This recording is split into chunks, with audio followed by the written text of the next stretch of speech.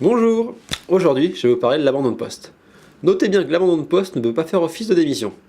Le salarié qui veut officiellement couper les liens avec son emploi doit en effet donner sa démission. A l'inverse, si l'employeur veut se séparer de son salarié en abandon de poste, il doit effectuer une procédure de licenciement. On parle d'abandon de poste lorsqu'un salarié ne se présente pas au travail et ne présente pas de justificatif, tel qu'un arrêt maladie par exemple. Attention, pour pouvoir qualifier une situation d'abandon de poste, l'absence du salarié doit être prolongée et totale. Cette procédure est très complexe car l'employeur ne peut pas considérer qu'un employé qui ne donne pas de nouvelles est démissionnaire. Revenons donc ensemble sur l'abandon de poste et ses subtilités. L'entreprise doit dans un premier temps envoyer une lettre recommandée avec accusé et réception. Cette lettre invite le salarié à regagner son poste de travail et doit être signée par le chef d'entreprise.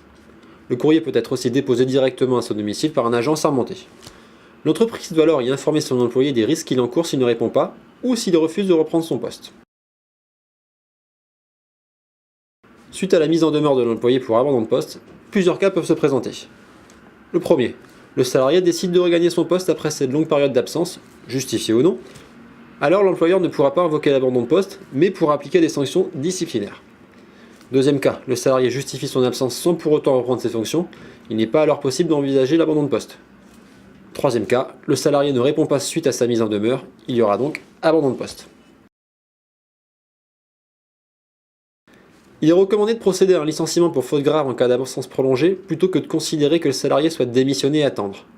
Car si en cas de litige la démission est écartée, l'employeur ne pourra pas invoquer la faute réelle et sérieuse ou faute grave, même si les reproches fournis par l'employeur sont fondés.